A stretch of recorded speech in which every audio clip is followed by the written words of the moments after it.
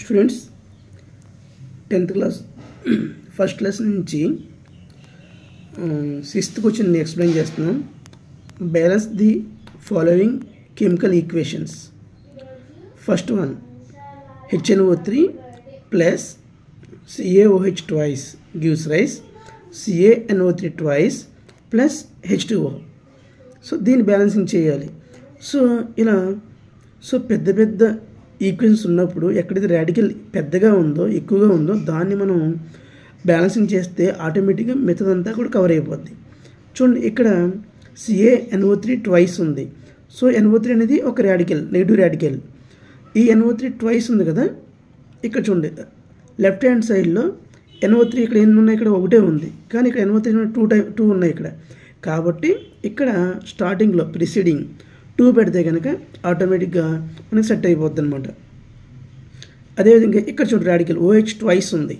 So right side చూస్తే కనుక ఇక్కడ H2O OH ఉంది ఇక్కడ, అంటే O ఒకటే ఉంది, ఇక్కడ 2 ఉన్నాయి. అంటే బ్రాకెట్లో 2 రాస్తే అర్థం ఏంటి, ఆ 2 అనేది ఓకి చెందుతుంది, హెచ్కి చెందుతుంది అనమాట.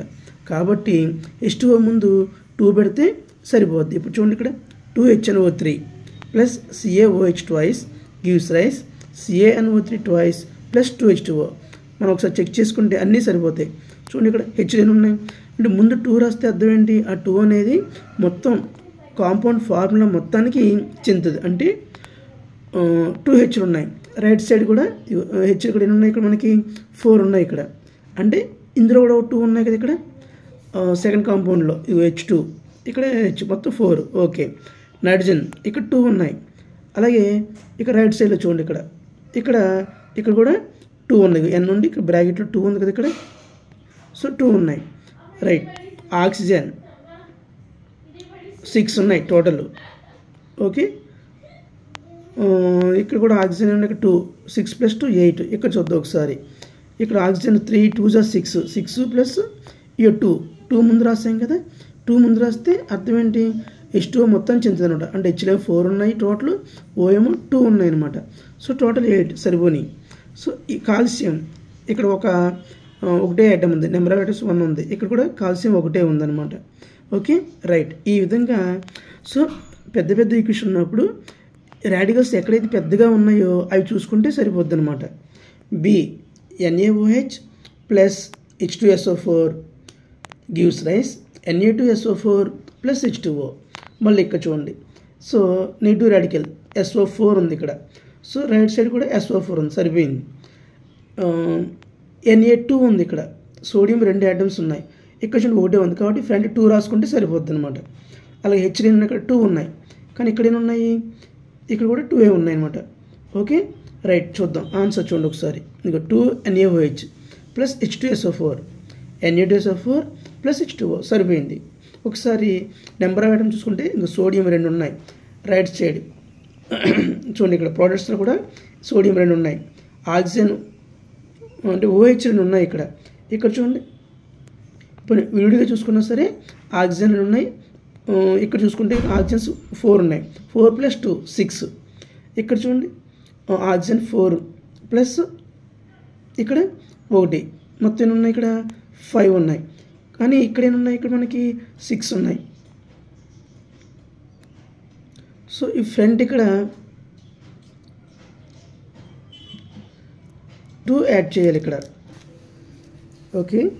ఇక్కడ విజిఎస్ గైడ్లో చిన్న మిస్టేక్స్ ఉన్నాయి, ఇక్కడ 2 రాయాలన్నమాట. ఇప్పుడు చూడండి ఇక్కడ, సో మొత్తం హైడ్రోజన్స్ 4 అయినాయి ఇక్కడ.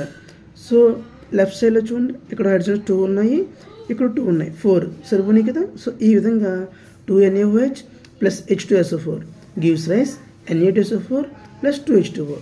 థర్డ్ వన్ సి చూడండి, NaCl plus AgNO3 gives rise AgCl plus NaNO3.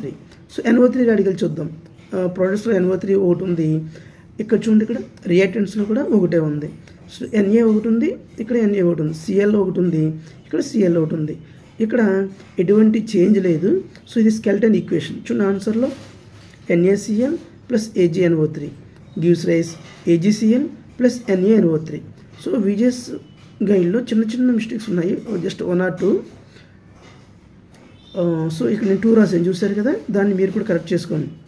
Next 4th one, BaCl2 plus H2SO4 gives rise BaSO4 plus HCl. ముందు సల్ఫేట్ రాడికల్ చూద్దాం.